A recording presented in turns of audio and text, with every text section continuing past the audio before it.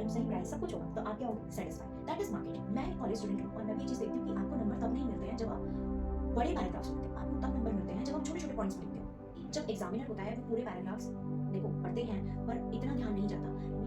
अगर आप कहोगे तो मैं एक ऐसी वीडियो भी डालूंगी ऑन योर डिमांड कि जिसमें आपको पेपर कैसे अटेम्प्ट करना चाहिए ताकि आप अच्छे से स्कोर कर पाओ अपने। Guys, welcome to my YouTube channel once again.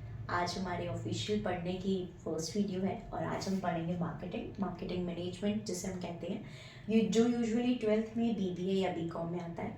तो बिना टाइम वेस्ट करे हुए let's start.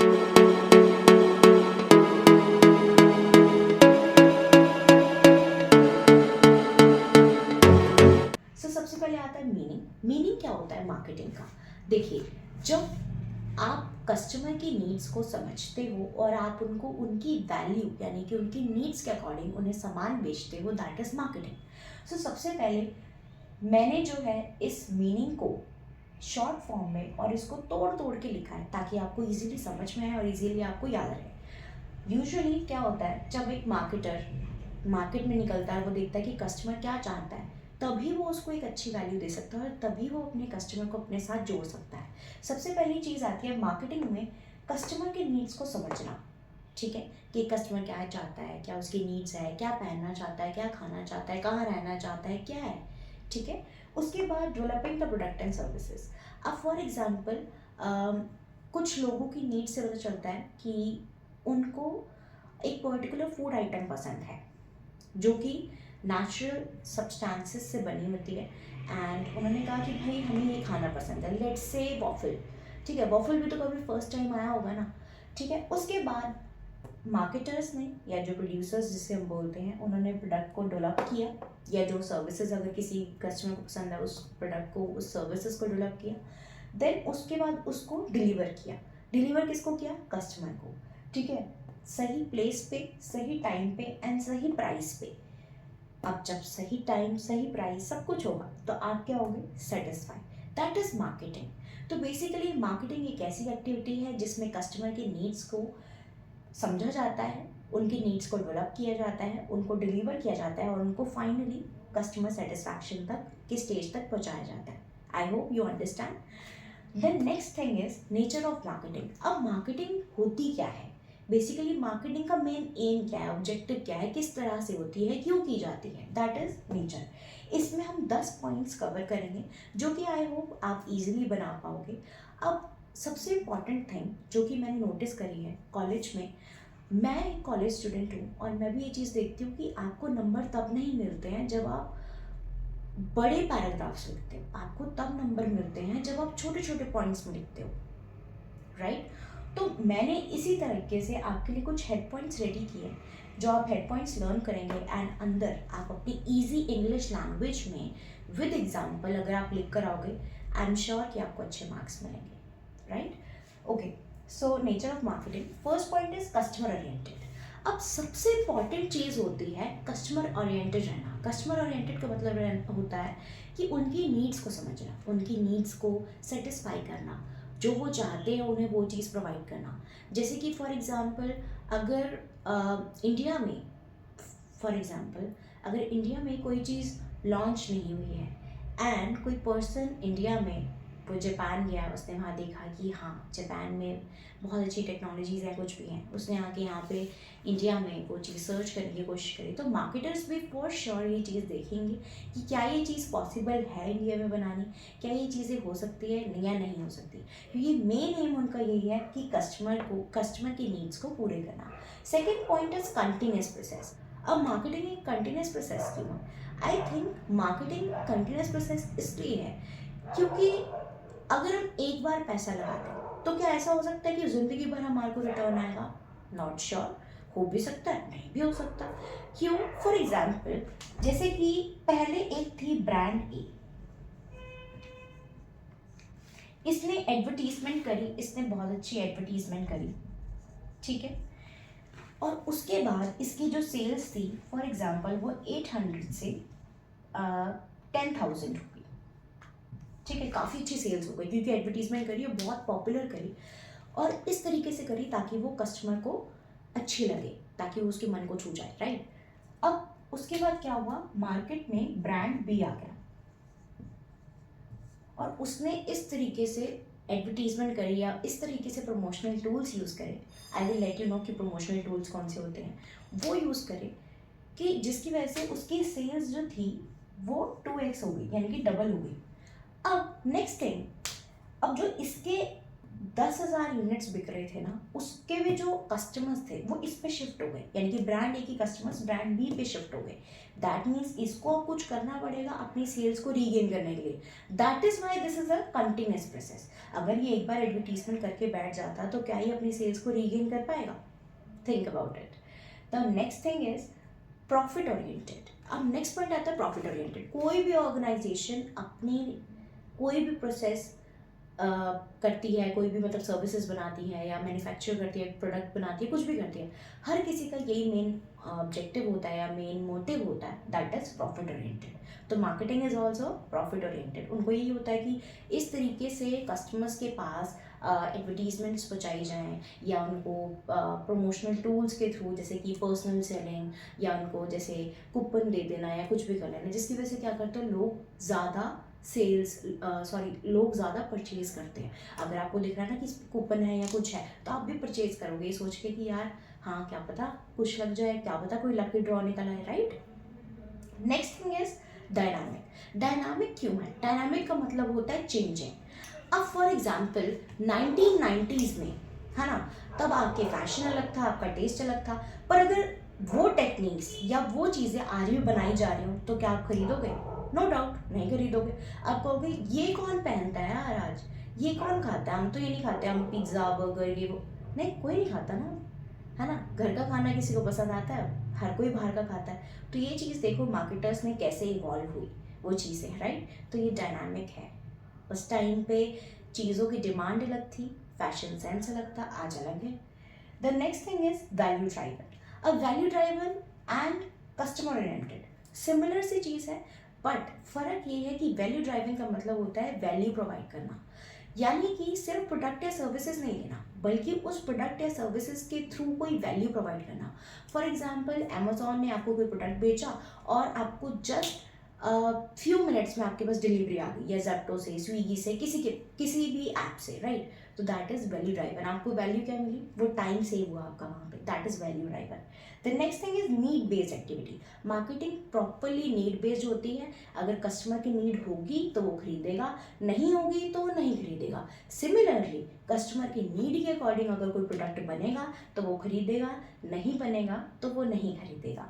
Next is exchange process. Marketing is totally an exchange process. आप किसी से खरीदते हो, आप उसको पैसे देते हो।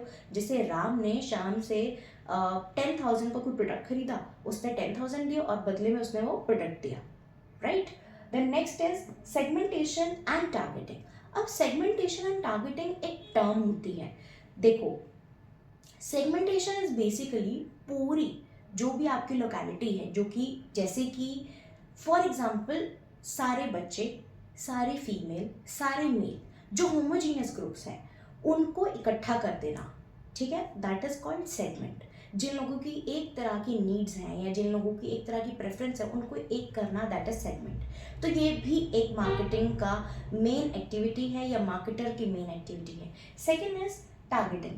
अब क्या हुआ, अब आपने सेगमेंटेशन तो कर लिया, बच्चे, फीमेल, मेल, अब उनमें से कौन सा आपके प्रोडक्ट के लिए टारगेट बनेगा वो आपको डिसाइड करना है। ये भी एक मार्केटर की ही एक अच्छी क्वालिटी होती है कि अगर आप अच्छी टारगेटिंग करोगे, अच्छी सेगमेंट्स चूज करोगे तो आप अच्छा कर लोगे, राइट। फॉर एग्जांपल टॉयज़ के लिए अगर आप किसी फीमेल ग्रुप को चूज करते हो, उनको टारगेट बनाते हो, क्या ये ठीक रहेगा? थिंक अबाउट इट, नहीं ना, क्योंकि टॉयज़ तो बच्चे खरीदेंगे, right. Next thing is positioning. Positioning क्या होता है? अपने प्रोडक्ट को इस तरीके से लोगों के दिमाग में बिठाना ताकि वो उसे खरीदे। जैसे कि कोक, ठीक है, कोक ने क्या किया, सबसे पहले कोक आई। अब कंज्यूमर जैसे जैसे हेल्थ कॉन्शियस हुआ, कोक ने क्या किया, डाइट कोक निकाल दी, या बहुत सारे और भी ब्रांड्स हैं जिन्होंने डाइट कोक या डाइट अपनी जो भी प्रोडक्ट्स में डाइट, नो शुगर, ये सब चीज़ें, नो पाम ऑयल, ये सब चीज़ें लगा रखी हैं या ये सब चीज़ें डेवलपमेंट करी है, दैट इज़ पोजीशनिंग, यानी कि उन सब चीज़ों को चेंज करके अपना प्रोडक्ट एक कस्टमर के दिमाग में ऐसे बिठा देना कि यही खरीदना है, दूसरे वाला नहीं खरीदना। क्यों? क्योंकि एक इमेज बना दी अपने प्रोडक्ट की, that is called positioning. Basically making the image of your product in the mind of a customer is known as positioning. The next is relationship building. Relationship building main aim होता है किसी भी marketer का या पूरी marketing activity का कि customer से जितना अच्छा रिलेशनशिप बनाओगे उतना ही अच्छा आपको रिजल्ट मिलेगा, उतने ही अच्छे कस्टमर, आपकी सेल्स बढ़ेगी, उतना ही अच्छा आपके पास result. Begin with the next step. अब नेक्स्ट स्टेप में समझेंगे scope, process and marketing philosophies, जो कि मार्केटिंग के इंट्रोडक्शन में सब कुछ कंप्लीट होता है। Then next scope. स्कोप का मतलब क्या होता है? किसी चीज़ की रीच, किसी चीज़ की रीच या फिर उसकी कवरेज, ये क्या चीज़ है वो कवर करता है, राइट? तो स्कोप में सबसे पहले प्रोडक्ट प्लानिंग एंड डेवलपमेंट। अब बेसिकली मार्केटर क्या करता है कि अब नीड्स तो समझ में आ गई, अब प्रोडक्ट को डेवलप करना, प्लान करना, किस तरीके से प्रोडक्ट को बनाया जाएगा, उसको डेवलप किया जाएगा, उसकी क्या क्या उसमें फीचर्स होंगे, ये सब चीज़ें। This is also the scope of marketing, one of the scope of marketing. Next thing standardisation and grading. अब स्टैंडर्डाइजेशन एंड ग्रेडिंग ये दोनों टर्म्स होती क्या है? स्टैंडर्डाइजेशन क्या होते हैं? स्टैंडर्ड्स फिक्स करना। जैसे कि इसमें प्रोडक्शन से पहले ही बता दिया जाता है कि इस क्वालिटी का सामान या इस क्वालिटी की सर्विसेज या प्रोडक्ट्स बनने चाहिए, ठीक है। लेकिन ग्रेडिंग, ग्रेडिंग में भी क्वालिटी देखी जाती है, पर ग्रेडिंग जो होती है वो प्रोडक्ट बनने के बाद होती है। जैसे कि फॉर एग्जांपल आईफोन है, ठीक है, उसमें सारे स्टैंडर्ड्स फिक्स होते हैं, ये चीज़ें होनी चाहिए, या कोई भी स्मार्टफोन, अच्छा स्मार्टफोन एंड्रॉयड हो गया, कुछ भी, ठीक है। लेकिन अगर मैं बात करूँ ग्रेडिंग की, तो ग्रेडिंग का एग्जांपल जैसे हम चावल लेने जाते हैं, तो जब हम खरीदने जाते हैं चावल दाल या कुछ भी, तो वो बोलते हैं कि कितने वाला चाहिए, कितने रुपए किलो चाहिए, है ना। दैट इज ग्रेडिंग, कि बना दिया जाता है, उसके बाद उनको डिफ्रेंशिएट किया जाता है कि ये छोटे चावल इतने रुपए का, बड़े चावल इतने रुपए का, बट स्टैंडर्ड्स में पहले ही क्वालिटी फिक्स होती है। Next thing is packaging and labelling. अब देखो, एक प्रोडक्ट को दूसरे प्रोडक्ट से डिफरेंट किस तरीके से किया जाता है, उसकी पैकेजिंग और उसके लेबलिंग से। फॉर एग्जांपल दो ऑयल हैं, दो ऑयल की बॉटल है, मुझे कैसे पता चलेगा कि कौन सा ऑयल मुझे खरीदना है? उसकी पैकेजिंग देखूंगी, उसकी लेबलिंग देखूंगी, राइट, है ना। ब्रांड ए और ब्रांड बी, उसकी देखूंगी, उसकी पैकेजिंग से याद आएगा, हाँ पिछले बार भी मैं यही खरीद के गई थी, ये वाला खरीदना है, या मुझे किसी ने सजेस्ट किया है कि ये वाला खरीदना है, right. Next thing is branding. अब ब्रांडिंग क्या होता है? ब्रांडिंग किसी भी फॉर्म में हो सकता है, कोई साइन, कोई लोगो, किसी भी तरीके से। अब ब्रांडिंग की भी बहुत चीज़ें आगे फर्दर होती हैं जो हम सीखेंगे आगे। लेकिन ब्रांडिंग क्या होता है? अपने प्रोडक्ट को एक नेम देना। अब प्रोडक्ट जेनरिक भी हो सकता है और स्पेसिफिक प्रोडक्ट भी हो सकता है। लाइक कि किसी प्रोडक्ट को उसका एक नेम से पहचाने जाना इज कॉल्ड ब्रांड, ठीक है। जैसे कि फॉर एग्जांपल होंडा, hyundai, किया, टाटा, ये सारे क्या हैं? ब्रांड्स हैं, है ना। अगर कोई हमसे पूछता है कि आपने कार ली, तो मैं बताऊंगी मैंने ये कार ली, तो ब्रांड से समझ में आता है ना कि कौन सी कार ली, क्योंकि कार तो एक जेनरिक नेम हो गया, पर उस जब जेनरिक को स्पेसिफिक बनाया जाता है, that is called branding. Next thing is pricing decision. Marketer ये भी कवर करता है कि किस प्रोडक्ट का क्या प्राइस होगा। प्राइस को देखो, प्राइस क्या है? प्राइस ऐसे सिलेक्ट नहीं होता हवा में कि हाँ ये रख दो वो रख दो, नहीं। जो कॉम्पिटिटर का प्राइस है, अगर वो 20 रुपये में बेच रहा है तो मैं 18 रुपये में बेचूंगी। क्यों? क्योंकि मेरे को अपनी सेल्स बढ़ानी है। या मैं 19 रुपये में बेचूंगी। या अगर मैं 20 रुपये में या 20 से ज़्यादा में बेची हूँ, तो मैं साथ में कुछ और ऐड ऑन करके कुछ कॉम्प्लीमेंट्री दे दिया, कुछ कूपन दे दिया, कुछ इस तरीके से बेचूंगी। तो प्राइजेस जो हैं वो कॉम्पिटिटर्स या जो मार्केट सिचुएशन है कि कहीं डिप्रेशन तो नहीं है कंट्री में, कहीं वॉर तो नहीं है, उस हिसाब से जो है प्राइसिंग डिसीजंस मार्केटर लेते हैं। The next thing is production and advertisement. Production and advertisement में ये डिसाइड किया जाता है कि एडवर्टीजमेंट जो होगी वो किस तरीके की होगी, कितने टाइम की एडवर्टीजमेंट होगी, क्या उसका कंसेप्ट रखा जाएगा।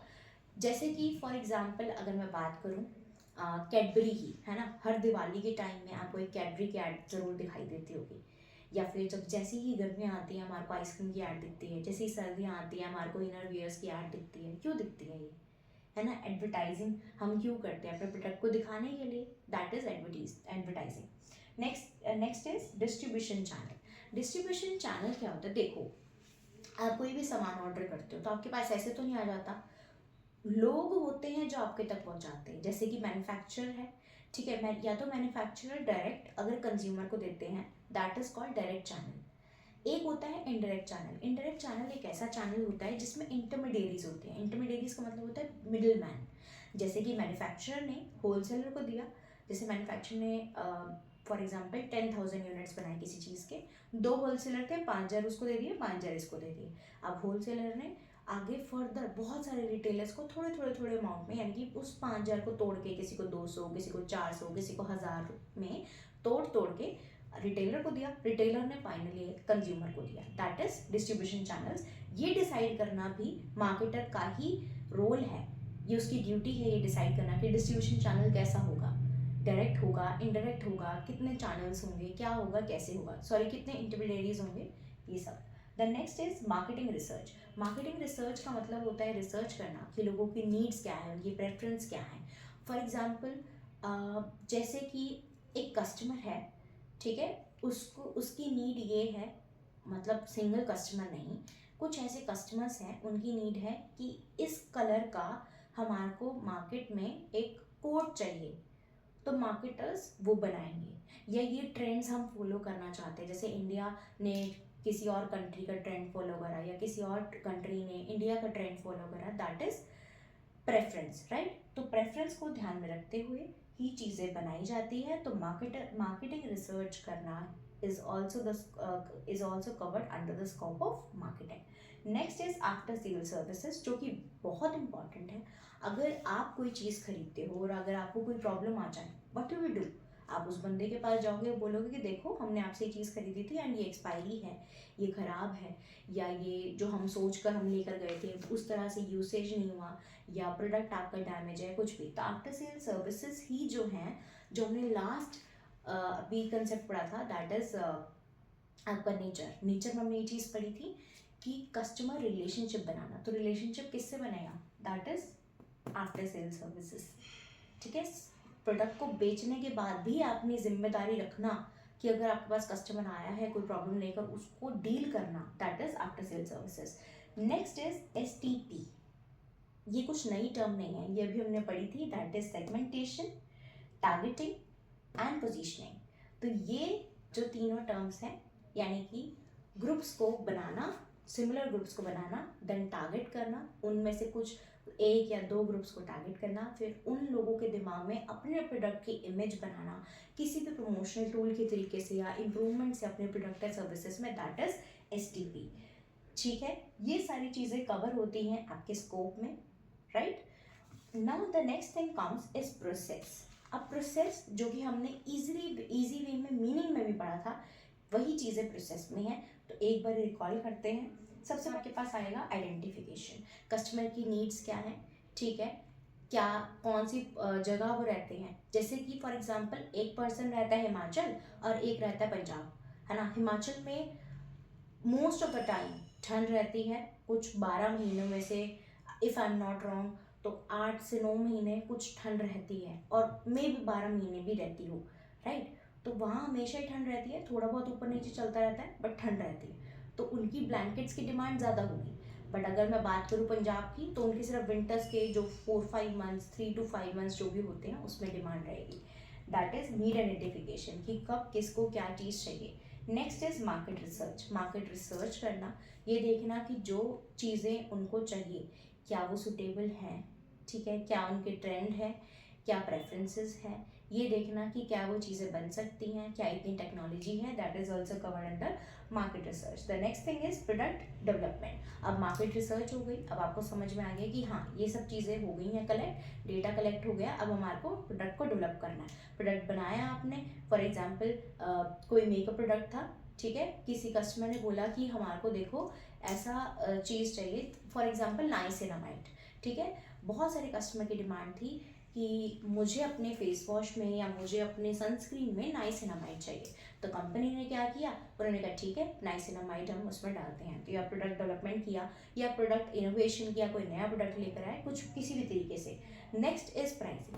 अब उन्होंने क्या किया, जो प्रोडक्ट बनाया उसको प्राइस किया, वही कॉम्पिटिटर्स को देख के, मार्केट सिचुएशन, डिमांड, सप्लाई, इन सब चीज़ों को देख के प्राइसिंग किया। Next is promotion.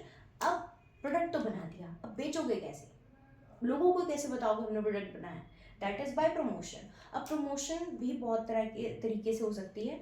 First is advertisement. Advertisement hoardings लगा दी न्यूज़पेपर में, जर्नल्स में, मैगजीन्स में, ठीक है, इन सब चीज़ों में। That is one is advertisement. Second is personal selling, है ना, जिसमें क्या होगा, लोग आए, आपके जो सेल्स पर्सन थे उन लोगों ने इंटरेक्ट किया कि मैम आप बताओ आपको क्या चाहिए, आपकी नीड्स क्या हैं, हम आपको बताते हैं आपके लिए ये चीज़ अच्छी रहेगी या वो चीज़ अच्छी रहेगी। That is personal selling. Third is sales promotion. Sales promotion का मतलब होता है जब आप किसी भी कूपन या इंसेंटिव के थ्रू सेल्स को प्रमोट करते हो। जैसे कि आपने कूपन दे दिए, by one get one free, या स्क्रैच कूपन कोड दे दिए, या आपने फ्लैट ऑफ दे दिया, या कुछ भी जो कंपनीज करती हैं ना, या कोई टूर दे दिया, कोई टिकट्स दे दी किसी चीज़ के साथ, लकी ड्रॉज कर दिए, दैट इज सेल्स प्रमोशन। तो आप प्रमोशन जब करोगे तभी आपका प्रोडक्ट बिकेगा, नहीं करोगे नहीं बिकेगा, या फिर रीच कम रहेगी। Next thing is distribution. वही सेम चीज़, डिस्ट्रीब्यूशन जो चैनल्स हमने पढ़े थे, किस किस चीज़ों के थ्रू, किस किस लोगों के थ्रू जो है आपके पास प्रोडक्ट पहुंचेगा, कितने इंटरमीडियरीज होंगे, कितने लोग होंगे, कैसे होगा, ये सब चीज़ें। Next is feedback. अब जो प्रोडक्ट पहुंच गया कस्टमर के पास, वो अपना फीडबैक देगा, या तो सेटिस्फाइड या अनसेटिस्फाइड, है ना। तो वो या तो बताएगा कि हाँ प्रोडक्ट अच्छा लगा, या बताएगा कि नहीं ये चीज़ अच्छी नहीं लगी, इस चीज़ में और इम्प्रूवमेंट करने की नीड है, या कुछ भी, ठीक है। ये चीज़ यहाँ पे खत्म होती है, जो कि हमारा प्रोसेस है। Next topic is philosophies, market philosophies. अब फिलोसफीज क्या होती हैं? बेसिकली फिलोसफीज का मतलब होता है मेरे बिलीफ, मैं क्या मानती हूँ। हर कंपनी अलग अलग फिलोसफीज फॉलो करती है, अलग अलग बिलीफ होते हैं। तो यहाँ पे 5 फिलोसफीज हैं हमारी, जो मेन 5 फिलोसफीज हैं, वो different companies different philosophies follow करती हैं। First is production concept. Production concept जो है इंडस्ट्रियलाइजेशन के टाइम पे आया था। प्रोडक्शन कंसेप्ट का ये मानना था, ये एजम्पशन थी कि एक कस्टमर को ना जो प्रोडक्ट चाहिए, एक तो उसको क्वालिटी से कोई मैटर नहीं है, उसको बस प्रोडक्ट चाहिए, और एक ऐसा प्रोडक्ट चाहिए जो कि प्राइस कम हो। तो इस मेन फोकस था मार्केटर्स का यहाँ पे कि हम इतनी ज़्यादा प्रोडक्शन करेंगे कि हमारे पास कोई कमी नहीं होगी और कॉस्ट जो है वो कम रहेगी। तो इसकी एडवांटेज ये थी कि कॉस्ट कम थी, प्रोडक्शन बहुत ज़्यादा थी, किसी चीज़ की कमी नहीं थी, लोग खरीदने वाले थे, है ना। लेकिन मेन लिमिटेशन क्या थी? कस्टमर की नीड्स फॉलो ना करना, यानी कि बस बनाए जाना, प्रोडक्ट को बनाए जाना, और ये ना देखना कि कस्टमर को असल में उसकी नीड है या नहीं है, या क्या उससे वो सेटिस्फाइड है।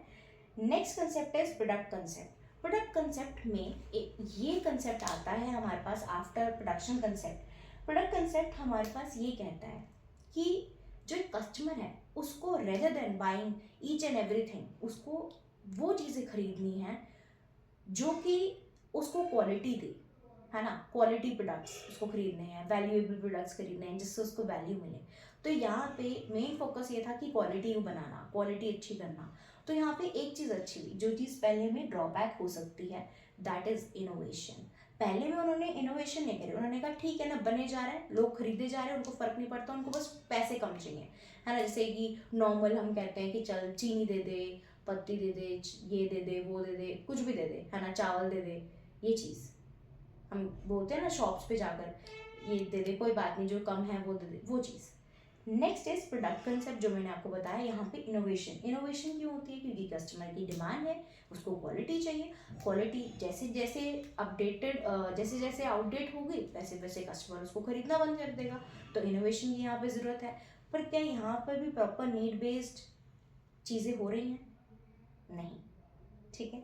नेक्स्ट है सेलिंग कंसेप्ट। सेलिंग कंसेप्ट में कंपनीज ने ये मान लिया कि सेलिंग जो है वो, अगर आप इम्पल्सिव सेलिंग चाहते हो अपनी कंपनी की, तो वो ऐसे नहीं होगी। उन्होंने बहुत सारे प्रमोशनल टूल्स यूज़ करे, like advertisement and sales promotion, personal selling, बहुत सारी चीज़ें यूज़ करते हैं वो लोग, ताकि जो है सेल्स बढ़ती रहे। बट उनका मेन फोकस क्या कस्टमर सेटिस्फैक्शन पे है?